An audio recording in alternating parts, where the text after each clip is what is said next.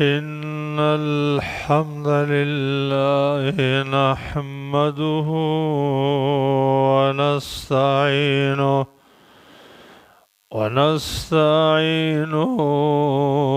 ونستغفره ونعوذ بالله من شرور أنفسنا ومن سيئات أعمالنا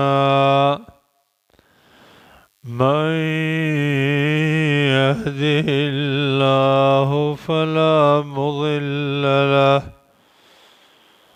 ومن يضلل فلا هادي له وأشهد أن لا إله إلا الله وحده لا شريك له وأشهد أن محمدًا عبده ورسوله يا أيها الذين آمنوا اتقوا الله حق تقاته ولا تموتن إلا وأنتم مسلمون يا أيها الناس اتقوا ربكم الذي خلقكم من نفس واحدة وخلق منها زوجها وبث منهما رجالا كثيرا ونساء واتقوا الله الذي تساءلون به والأرحام إن الله كان عليكم رقيبا يا أيها الذين آمنوا اتقوا الله وقولوا قولا سديدا يصلح لكم أعمالكم ويغفر لكم ذنوبكم ومن يطع الله ورسوله فقد فاز فوزا عظيما اللهم صل على محمد وعلى آل محمد كما صليت على إبراهيم وعلى آل إبراهيم إنك حميد مجيد اللهم بارك على محمد وعلى آل محمد كما باركت على إبراهيم وعلى آل إبراهيم إنك حميد مجيد دين اسلام قدرمنو او عزت مندورنو د انسان نفس طول عمر انسان تا د الله د حکمونو د خلاف دعوت ورکي مگر اغا نفس اغا انسان چې الله په هغه باندې رحم کړی او هغه ته یې په زړه کې د خیر الهام کړی نور عام طور باندې نفسونه راحت خوښوي چې بې غمه آرام وی، خوب وی، چکرې وی، گپ شپ وی. او زمونږ رب بندگی خوښوي چې هغې کې ځان کړول دي. د الله د رضا دپاره به مونځ کې خپل کارونه به پرېږدي، مخکې رستو کې خوب به پرېږدي، د شپې تهجدو ته به پاڅېږي، بې ځای ګپ شپ او چکرې به پرېږدي، فسق و فجور. نو نفس د دې خلاف دی. زمونږ رب زمونږ نه بندگی غواړي چې زما بندگی وکړي، او زمونږ نفس خواهشاتو طرف ته میلان کوي چې بس شهوات وی، دنیا کې خوندونه وی، نشې تماشې وی او مزې وی او من کولی. دغه وجه د زما خوږو ورونو چې کوم یو انسان د خپل نفس خلاف، د خواهشاتو خلاف زندگی تیره کی، هغه انسان کمال ته رسیږي. او چې کوم یو انسان د خپل خواهش منلې ده او د نفس خواهشاتو یې منلې ده، هغه انسان په دنیا کې ذلیل، رسوا او شرمنده دی، او آخرت کې هم د تاوان والا دی. تاسو وګورئ چې څومره انسانان نقصان ته رسېدلی دي. د ژوند ابتدایي دور کې د خپلو خواهشاتو منلې ده. د نفس خواهشات د انسان نه دا غواړي چې درسونه او سبقونه او پابندي مه کوه، آزاد زندگی تیره کوه، بس چکرې او ګپ شپ دی او نشې تماشې دي. کم یو انسان چې د ژوند ځوانۍ دور دې کارونو له ورکړي چې د خپل سبق لحاظ ونه ساتي، د خپل منځ خیال ونه ساتي، د مور او پلار د ادب او احترام خیال ونه ساتي، نو دې انسان نه په دنیا کې یو بدترین انسان جوړ شي. کله چرسی شي، کله پوډري شي، کله غل شي، کله ډاکو شي، کله دومره بدترین انسان جوړ شي چې معاشره کې خلک د هغې نه نفرت کوي. او خلک د نمونې په طور باندې خپلو بچو ته نصیحت کوي چې بچی ته خپل سکول لځه، خپل سبق وایه، خپل مدرسې ته ځه، حلقې ته ځه، ګنې د پلاني د بچي په شانه بدبخته انسان به دنه جوړ شي. دغه وجه ده چې قرآن کریم کې الله رب العالمین فرمایي چې بعضې خلک د الله د بندګۍ په ځای د خواهش بندګي کوي. دا نفس انسان الله بنده پیدا کړی دی، بنده دا به په یو بندګۍ کې مبتلا وي.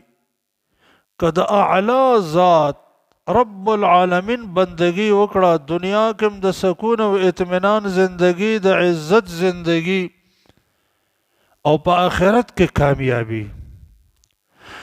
که چرته د الله صحیح بندگی ونه کړه، دا یا د خواهش بنده جوړ شي، یا دنیا کې د یو لیډر بنده جوړ شي، یا د یو پیر بندگی کوي، یا د خپل خواهشاتو بندگی کوي او هغې پسې ځغلي.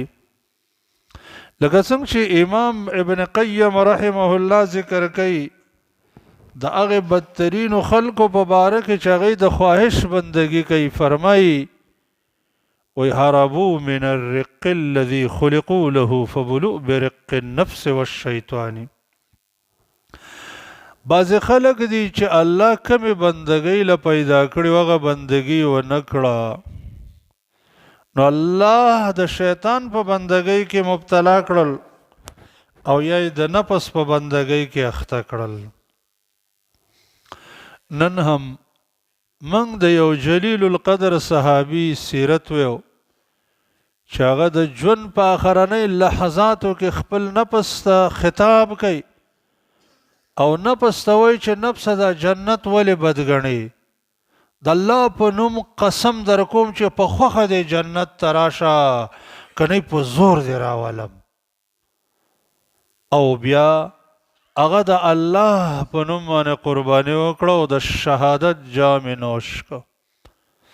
هغه نفس ته خطاب کوي او هغه خطاب د سرو زرو په اوبو لیکل غواړي چې وایي یا نفس مالک تکرهین الجنه اقسم بالله لتنزلن طائعه او لا لتکرهن.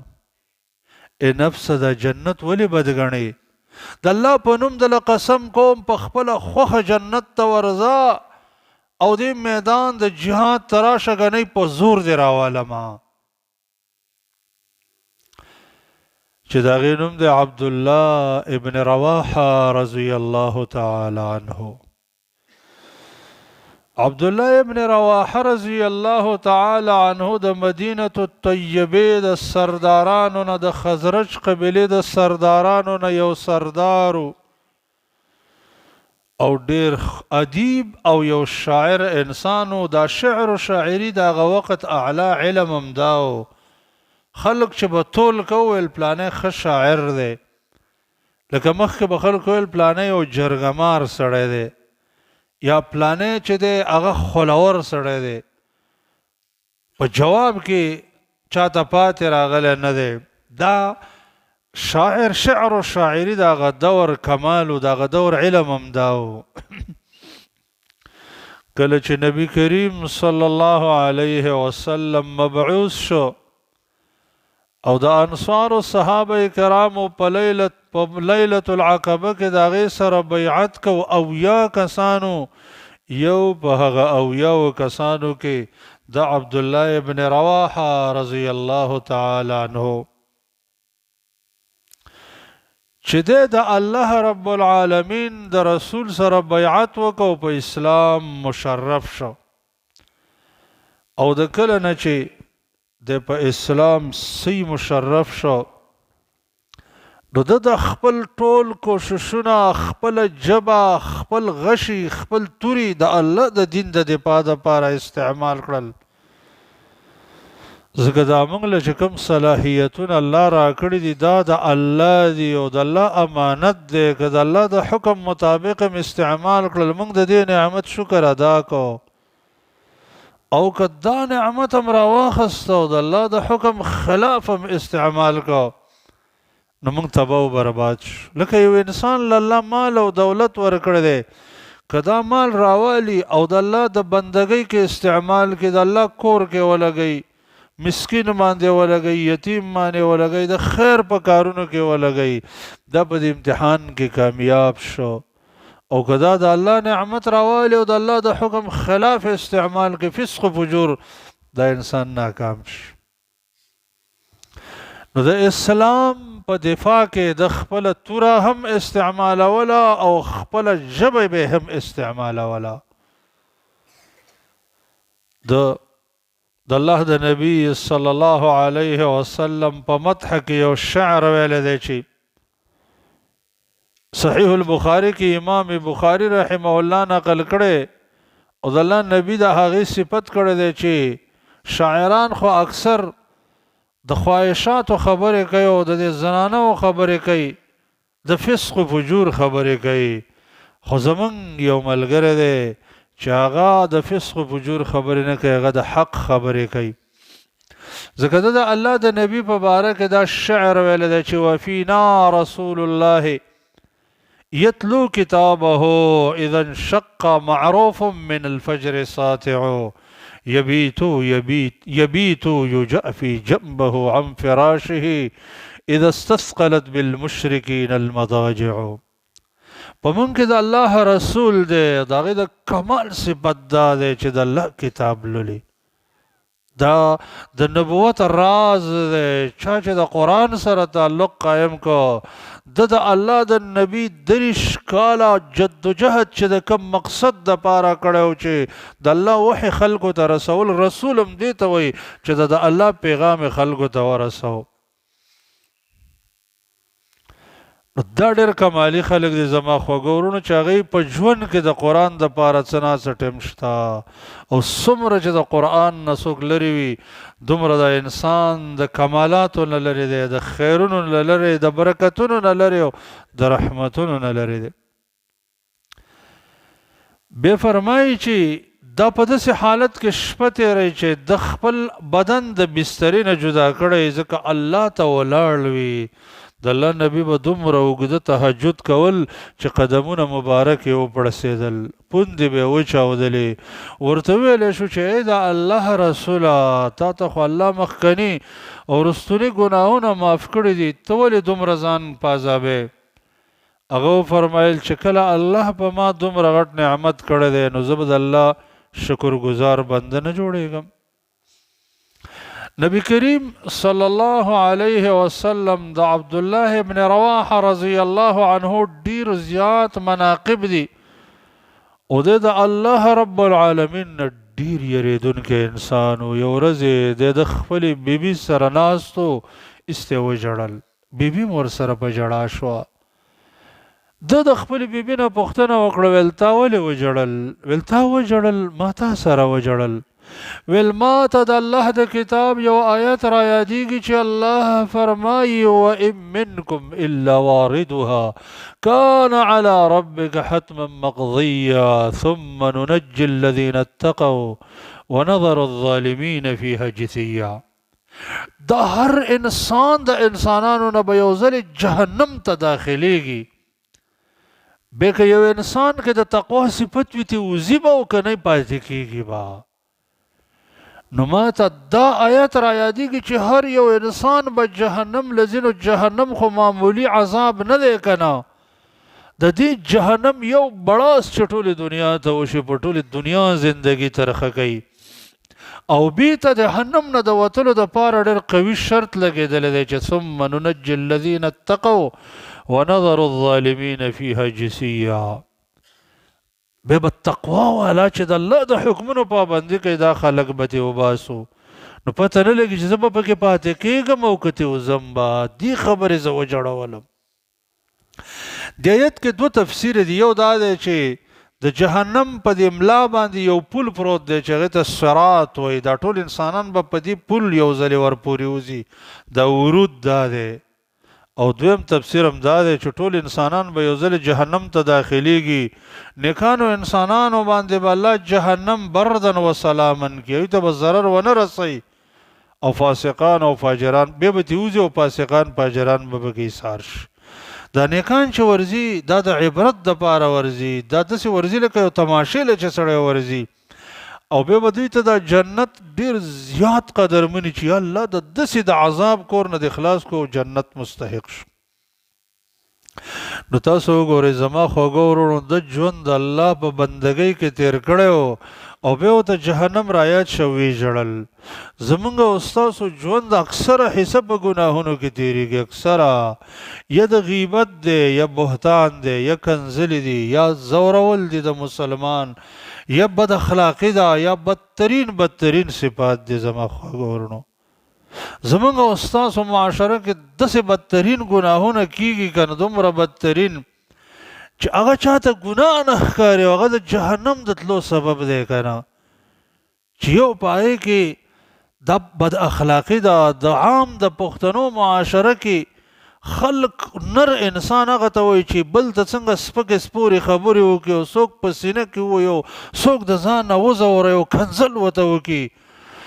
حال دا دی چې شپه او ورځ الله ته په سجده باندې پروت یو بد اخلاقه یې که نه جهنمي. دا د الله د رسول وینا ده. د محمد رسول الله صلی الله علیه وسلم په وړاندې د یو زنانه ذکر وشو چې یا رسول الله یو زنانه ده ډېره تهجد ګزاره ده او ډېره روژهداره ده خو بد اخلاقه ده، ګاونډیانو ته د ژبې ضرر رسوي. وایي جهنمی ده هي فی النار. او یو زنانه او تذکره وشوه د یو زنانه چې هغه دومره ډېر فرضي منځونه کوي او نور ډېر نفلونه هم نه کوي او نفلي روژې هم نه نیسي او ډېرې صدقې هم نه کوي. د پنیر یو ټوکړه چې دې اضافه شي چاله صدقه کې ورکړي. د الله نبی هو ډېر ښایسته اخلاق الله ورکړي دي. د الله نبی ویل چې دا جنتۍ ده. مؤمن صفت دا دی زما خوږو وروڼو چې د مؤمن سره به خلک مینه کوي او دی به د خلکو سره مینه کوي. المؤمن یألف ویؤلف معه ولا خیر فی من لا یألف ولا یؤلف معه. هغه بد زبان او هغه کنزلمار او هغه بد اخلاق انسان کې د الله نبی وی خیر نشتا چې نه دې د چا سره مینه او محبت کوي او نه د سره څوک مینه او محبت کوي.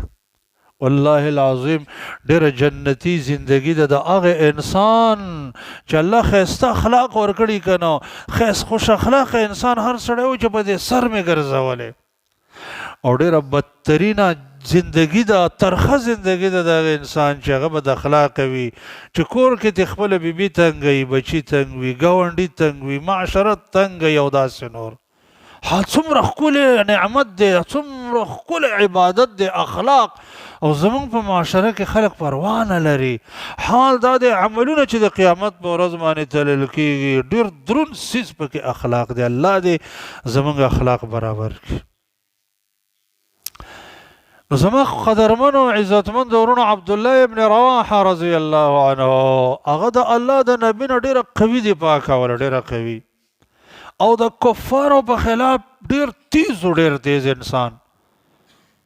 یو ځل کله چې رسول الله صلی الله علیه وسلم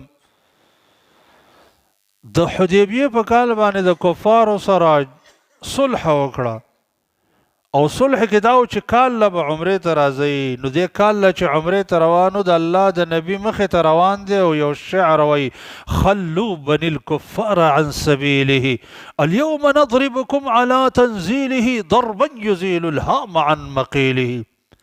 اے کافرانو لاره خالي کوي د کافرانو بچو لاره خالي کوي. خلوا بني الكفار عن سبيله اليوم نضربكم على تنزيله نن بم د الله د کتاب په نازلېدلو باندې وهو لکه څرنګه چې او دا ویل داسې وهو بم چې دا سر به د تنې نه جدا کوي. دا د غیرت او شجاعت نه ډک اشعار ویل. نو عمر رضی الله تعالی عنه د طبیعت په لحاظ سره سخت و هغه ورته ویل عبدالله ابن رواحه دا څه کې په حرم کې یې او د الله رسول مخې ته شعرونه وې. د الله نبي ورته ویل چې عمره پرېږده زما دې په الله قسم وي کافرانو باندې غش دومره زور نه ورکوي لکه د دې عبدالله ابن رواحه دا شعرونه چې زور ورکوي لکه د الله د دین په دفاع کې استعمالول. دغه یو بهترین صفت د صفاتو نو عدل دا ډېر د انصاف والا انسان او انصاف په خوښو د ظلم خلاف دغه وجه وه چې نبی کریم صلی الله علیه وسلم خیبر فتح کو نو د خیبر ځمکې د یهودو د خیبر لبې ته په اجاره ورکړه. نو رسول الله صلی الله علیه وسلم عبدالله ابن رواحه رضی الله تعالی عنه ولیږه ورته وویله چې ورشه د دوی دا فصلونه او دا کجوري او دا انګور چې دی دا اټکل کا چې څومره کوي چې نیمایي موږ له راکوي نیمایي هغه واخلي.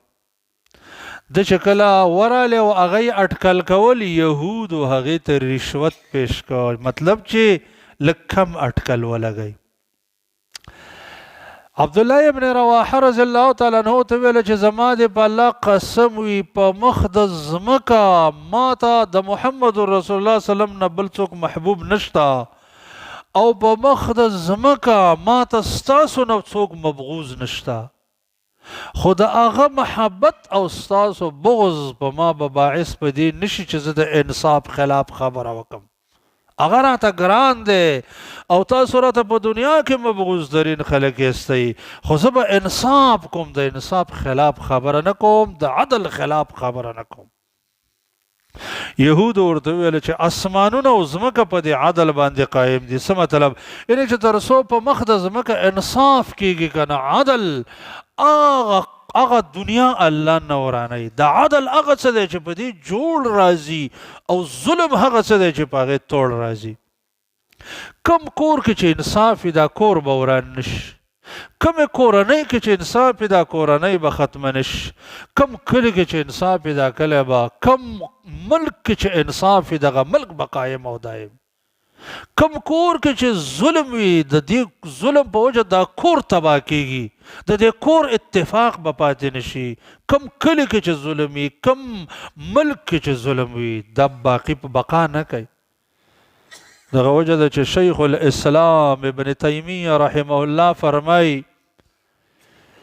و یو اثر کې داسې راغلی دي چې الله رب العالمین کافر حکومت ته مهلت ورکوي خو ظالم حکومت ته نه ورکوي.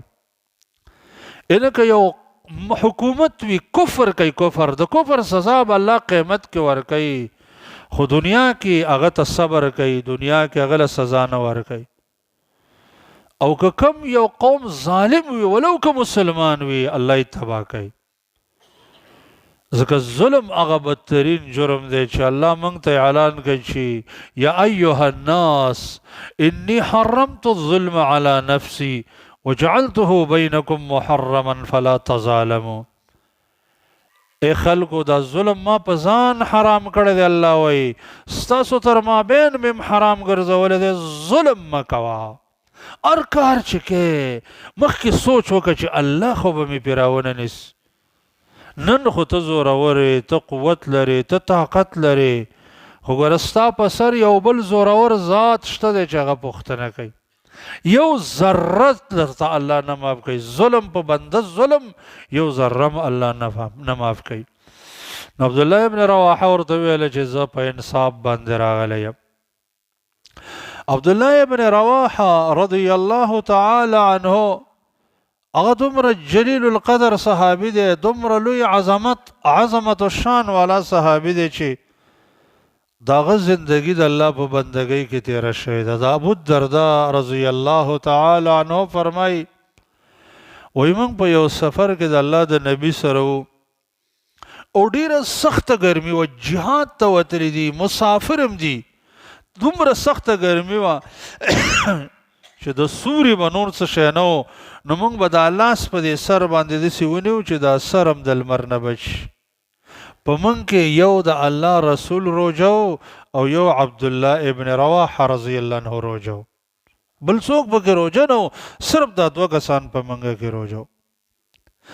د عبدالله ابن رواحه رضی الله تعالی عنه ډېرې کاررویانې دي، خو یو د هغې نه په غزوه موته کې ده چې کله رسول الله صلی الله علیه وسلم دی لیږه غزوه جیش الامرام ورته وایي، غزوه موته ورته وایي.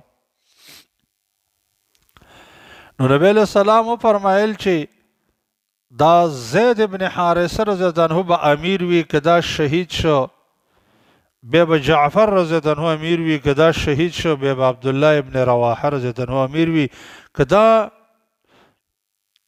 او دی لاړل.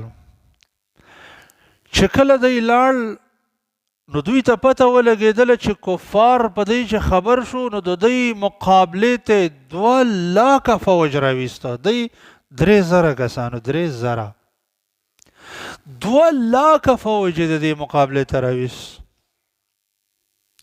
ملګرو خپل مابین کې مشوره وکړه چې راځئ د الله رسول ته به استازی ولیږو چې زموږ مقابلې ته خو 2 لاکه فوج رالی، نو یا به موږ ته وایي چې بیرته واپس شئ چې په دې بار دې سره خو ستاسو د جنگ طاقت نشته، یا به مدد راولیږي یا به مشوره راکړي.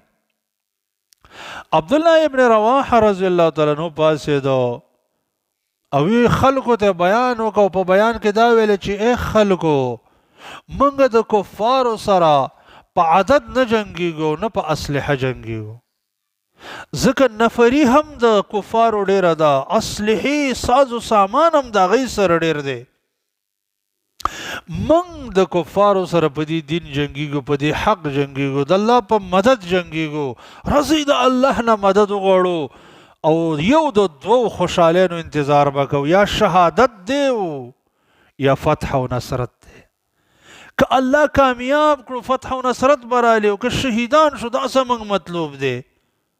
شهادت خو د مؤمن ارمان دی که نه، چې د دې دپاره به دعاګانې غواړي چې الله د شهادت مرګ راکړي. او د هغه انسان فضیلت راغلی دی چې دا دعا وغواړي. فرمایي من سأل الله الشهادة بصدق بلغه الله منازل الشهداء وإن مات على فراشه. څوک چې د زړه د صدق نه د شهادت دعا وغواړي الله به د شهیدانو مرتبه ته ورسوي، ولو که د په خپل کور کې وفات شي. د دې خبرو سره چې دی په دې قوم کې یو جذبه پیدا شو او ویل چې د الله په دین باندې غیرت کو او جنګیږو. په دې کې زید بن حارثه رضی الله تعالی عنه د جنگ جنډه واخیستله او په هغه باندې کفارو ګزار وکړ، شهید شو. د جنگ جنډه عبدالله ابن جعفر ابن ابي طالب رضی الله عنه چته کړه، یو کافر په گزار وکاو، د الله خلاص پرې شو. جعفر رضی الله عنه په دې ګس لاس کې جنډه ونیوله او مخکې روان دی او مجاهدین پسې روان دي. بل کافر په حمله وکړه او دا ګس لاس یې وله ونیو، هغه وله پرې کړ او هغه هم کټ شو. په دې کې دی دا جنډه را اوچته کړه او دا خپل دواړه کټ شوي لاسونو کې دا جنډه سینې پورې جوخته کړه او مخکې روان دی. د هر صحابي دا سیرت چې سړی لولي، سړی وایي چې دا څرنګه انسانانو او د دې څنګه حوصله وه. په دې کې یو کافر په د وروسته نه د غشي ګزار وکړ او دی هم شهید شو. عبدالله ابن رواحه رضی الله عنه جنډه واخیستله، دته کور کې خپل بیبي یاده شوه، خپل غلامان یاد شو، خپل باغ یاد شو، خپل د دنیا زیب و زینت یاد شو. نو خپل نفس ته خطاب کوي، یا نفس ما لک تکرهین الجنه اقسم بالله لتنزلن طیعة او لا لتکرهن النفس. جنت ولی بدګنی؟ زما دی په الله قسم وي په خوخه میدان جنگ ته راکوشه چې جنت وګټې، او که داسې نه په زور دی راکوزوم. نو زمونږ او ستاسو نفس هم داسې دی، کم څه معنی چې جنت میلاویږي د هغې نه تښتي تښت. مونځ مسجد باندې جنت میلاویږي، مسجد ته د راتللو جذبه نشته. د الله په دین باندې مال خرچولو باندې جنت ملاویږي، هغه جذبه نشته. د دین په دعوت باندې جنت ملاویږي، هغه جذبه نشته. د الله رب د قرآن کریم او د خیر په مجلسونو کې جنت ملاویږي او جنت او منګ او تاسو د دې شوق او جذبه نه لرو. حال دا دی چې د عبدالله ابن رواحه په مناقبو کې یو عظیمه منقبه دا وه چې ملګرو سره به کېنه، ملګرو ته ویل راځئ لږ ساعت کېنو ایمان به زیات شي، اجلس بنا نؤمن ساعه. دا د عادت و چې ملګرو سره به کېنه چې راځئ لکه د دین خبرې به وکړو، لږ ایمان به هم زیات شي. او یقیني چې سړی د دین په مجلس کې ناست دي، هغې ډېرو نیکو اعمالو ته توجه پیدا شي، آخرت ته توجه پیدا شي، د الله ذکر ته توجه پیدا شي، د خیر کارونو ته توجه پیدا شي، د ګناه نه نفرت پیدا شي. نو چا په شکایت وکړه د الله نبی ته چې یا رسول الله دې ستا په ایمان باندې قناعت نه کوي او وایي راځئ لږ ساعت ایمان به راوړو. نبی علیہ السلام دا سړی پوی کوي عبدالله ابن رواحه د داسې مجلس سره مینه لري چې په هغې باندې الله په ملایکو باندې فخر کوي. ځکه کله چې د الله بندگان د الله د دین مجمع کې راجمع شي، رب العالمین خپلو ملایکو باندې فخر کوي چې وګورئ زما بندگان زما دین راجمع کړي دي، او بیا د دوی دپاره د مغفرت اعلان کوي او فرمایي چې دوی له مې جنت ورکړو، د جهنم نه مې محفوظ کړه. نو عبدالله ابن رواحه رضی الله تعالی عنه اخرنی دا ابیات ویل او میدان جنگ تراله او په تیزی باندې جنگ شروع که تر دې پورې چې شهید شو. او هغه غزا چې دی بالاخره چې د هغې نه وروستو خالد ابن ولید رضی الله عنه د جنگ جنډه واخیستله او په غیرت باندې جهاد وکړو چې 3,000 مجاهدینو 2,00,000 کفارو ته شکست ورکړه، 2,00,000 کفارو ته. او د الله نبی د هغې خبره مخکې وکړه. زما خوږو ورونو د صحابه کرام زموږ د دین مشرانو موږ ته الله وایي که د نورو خلکو د صحابو په شان ایمان راوړه دوی صحیح مؤمنان دي، که د دوی په شان ایمان یې رانهوړه ګوره دوی د حق نه په بل طرف کې دي. فإن آمنوا بمثل ما آمنتم به فقد اهتدوا وإن تولوا فإنما هم في الشقاق. نو په دې بنیاد دا مجلس منعقد کړی شوی دی زما خوږو ورونو چې د صحابو ایمان وګورو او خپل ځان هغسې برابر کړو او د الله نه دعاګانې هم وغواړو او په قیامت کې هم الله رب العالمین العالمین د هغوی سره حشر وکي او موږ د صحابو په نقش قدم روان شو. رب العالمین دې موږ او تاسو د صحابه کرامو په نقش قدم روان کی او الله رب العالمین دې موږ او تاسو ته د نیکو اعمالو توفیق راکړي. یا الله د ګناهونو محفوظ کی او د خیر توفیق راته راکړي. اقول قولي هذا استغفر الله لي ولكم ولسائر المسلمين. سبحان